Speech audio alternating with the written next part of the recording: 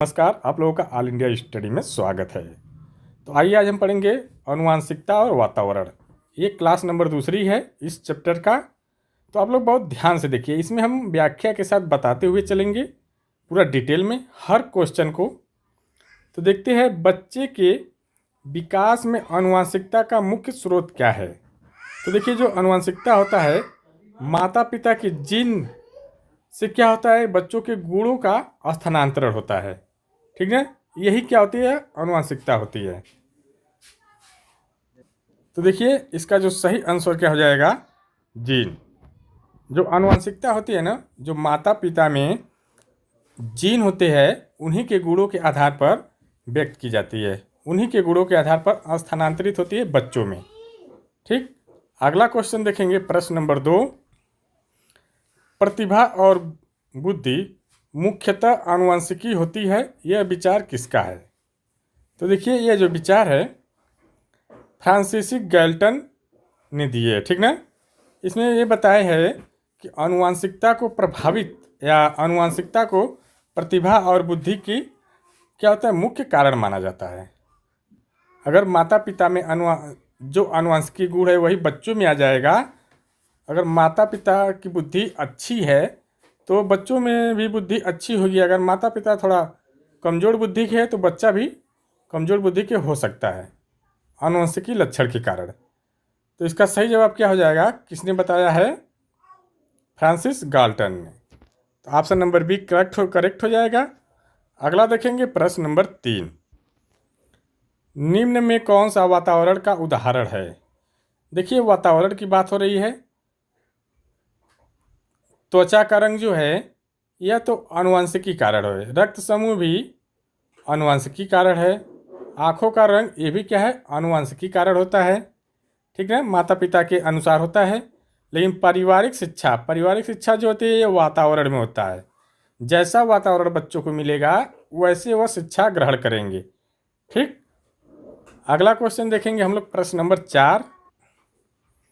बच्चे का विकास प्राकृतिक रूप से होना चाहिए, यह विचार किसका है। तो देखिए, जो बच्चे का विकास होता है वह प्राकृतिक रूप से होना चाहिए, यह कौन बताया है। तो यह ना रूसो बताया। ठीक ना, रूसो ने प्राकृतिक विकास और स्वतंत्र वातावरण पर बल दिया है। किस पर बल दिया है, प्राकृतिक विकास और स्वतंत्र वातावरण पर रूसो ने बल दिया है। तो इसलिए इसका जो सही जवाब क्या हो जाएगा, जीन जैबक Rousseau. Option number A correct हो जाएगा। प्रश्न नंबर अगला है 5 है, आनुवंशिकता का संबंध मुख्य रूप से किससे होता है। तो देखिए, आनुवंशिकता का संबंध सीधा सीधा है माता पिता से होता है, क्योंकि जो माता पिता में जो गुण होते हैं वह बच्चों में भी ट्रांसफ़र हो जाते हैं, स्थानांतरण हो जाते हैं। जैसे माता पिता के शारीरिक और मानसिक गुण आनुवंशिकता को दर्शाता है। ठीक ना, तो इसका सही जवाब क्या हो जाएगा, माता पिता से प्राप्त गुण। ऑप्शन नंबर बी करेक्ट हो जाएगा। अगला देखेंगे, प्रश्न नंबर 6 है, निम्न में कौन सा कथन सही है। तो देखिए, जब केवल शब्द आ गया तो नकारात्मक होता है, काट दो। जहाँ जहाँ केवल है, 2 ऑप्शन में केवल है, कट गया। इनमें से कोई नहीं तो ये भी काट दो।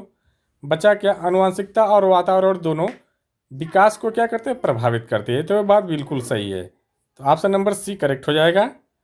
अगला क्वेश्चन देखते हैं, बच्चे की ऊंचाई मुख्यतः किससे प्रभावित होती है। तो देखिए, जो बच्चे की ऊंचाई होती है आनुवंशिकी कारण होती है। ठीक ना, त्वचा का रंग हुआ, ऊंचाई हुआ, शारीरिक संरचना हुई, ठीक ना, आँखों का रंग हुआ, ये सब आनुवंशिकी कारण होता है। माता पिता के जो जैसे रहते हैं, अगर माता पिता का लंबाई ज़्यादा है तो बच्चे का भी ज़्यादा हो सकता है आनुवंशिकी कारण। ठीक ना, गांव शहरों में आप लोग देखे होंगे कि क्या होता है कि अगर जिसके माता पिता काले होते हैं तो बच्चा भी काला ही पैदा होता है। ठीक ना, तो इसका सही जवाब हो जाएगा आनुवंशिकता। अगला क्वेश्चन देखेंगे, निम्न में कौन सा वातावरणीय कारक है।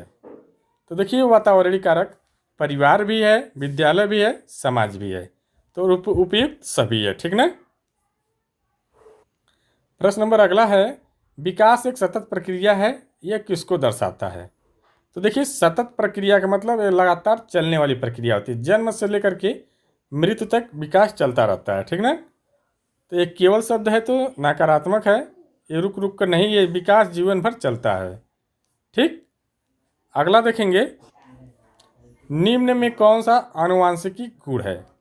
देखिए आनुवांशिकी गुण का मतलब हो गया जो माता पिता में गुण होते हैं वही आनुवांशिकी गुण होता है। तो देखिए भाषा ये तो है नहीं, शिक्षा है नहीं, सामाजिक व्यवहार नहीं है, ये सब वातावरण से होता है। लेकिन रक्त समूह जो है यह आनुवंशिकी कारण होता है, ठीक ना। अगला देखेंगे,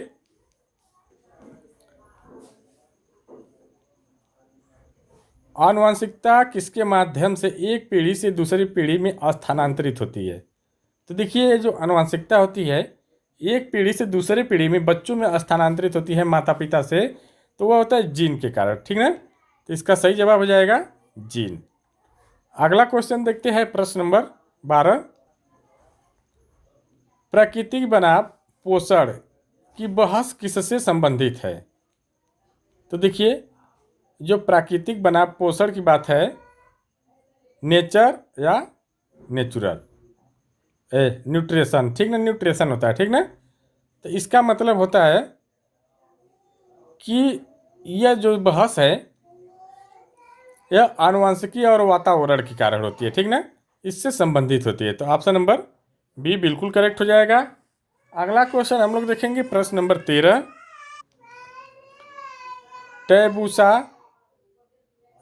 टैबुला रासा का सिद्धांत किसने दिया। करेक्ट, टैबुला रासा का सिद्धांत किसने दिया। तो ये जो दिए है जॉन लॉक ने ये बताए है कि बच्चा जब जन्म लेता है तो एक कोरी स्लेट होता है, ठीक ना, उसको कुछ नहीं आता है, कोरी स्लेट होता है। अगला देखेंगे, किस मनोवैज्ञानिक ने कहा कि प्रतिभा मुख्यतः आनुवांशिक होती है। तो देखिए ये बात जो कही है गैल्टन ने कही है, ठीक ना, फ्रांसिस गैल्टन ने। तो ऑप्शन नंबर ए करेक्ट हो जाएगा। ये बताया है कि जो प्रतिभा होती है वह आनुवांशिकी होती है, ठीक ना, इन्होंने ये बात को माना है। अगला क्वेश्चन देखेंगे, प्रश्न नंबर 15, निम्न में कौन सा गुण मुख्यतः वातावरण से विकसित होता है। तो देखिए वातावरण से जो विकसित होता है वह आँखों का रंग तो आनुवांशिकी है, रक्त आनुवांशिकी है, त्वचा का रंग आनुवांशिकी है, लेकिन ये जो भाषा है यह वातावरण से विकसित होता है। तो ऑप्शन नंबर सी। प्रश्न नंबर 16 है, किस विचारक ने प्राकृतिक विकास पर जोर दिया। तो देखिए ये रूसो साहब ने दिए, ठीक ना, तो इसका सही जवाब हो जाएगा रूसो। अगला देखेंगे, प्रश्न नंबर 17 है, निम्न में कौन सा कथन सही है। देखिए केवल शब्द आ गया तो काट दो, नहीं भी नकारात्मक आ गया, विकास आनुवांशिकता और वातावरण दोनों से प्रभावित होता है, ये बात बिल्कुल सही है, ठीक ना। अगला क्वेश्चन देख लेते हैं, निम्न में कौन सा वातावरण का उदाहरण है। तो देखिए वातावरण की बात है तो यह जो है विद्यालय के वातावरण का उदाहरण है। ये सब ऊंचाई, रक्त समूह, आंखों का रंग, लंबाई, ये सब जो होता है किससे होता है बताइए, यह आनुवंशिकी कारण होता है, ठीक ना। अगला क्वेश्चन देखेंगे, बच्चे के व्यक्तित्व के विकास में सबसे महत्वपूर्ण वातावरणीय कारक क्या हो। तो कह रहा है कि सबसे महत्वपूर्ण वातावरणीय कारक क्या है, परिवार भी है, विद्यालय, समाज, मित्र, ये तो सब वातावरणीय कारक है, इन सबसे महत्वपूर्ण की बात है तो जो परिवार होगा, ठीक ना, सबसे पहले परिवार ही में होता है ना, परिवार से ही बच्चा सीखता है, ठीक।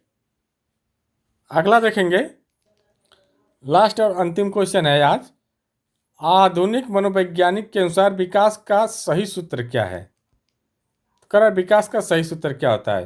देखिए विकास कैसे होता है, आनुवंशिकी और वातावरण दोनों एक साथ होता है, ठीक ना। तो इसका मतलब ऑप्शन नंबर सी हो जाएगा, विकास बराबर आनुवंशिकता प्लस वातावरण। देखिए वीडियो अच्छी लगी हो तो चैनल को लाइक शेयर सब्सक्राइब करिए। अब मिलते हैं अगले वीडियो में, तब तक के लिए नमस्कार।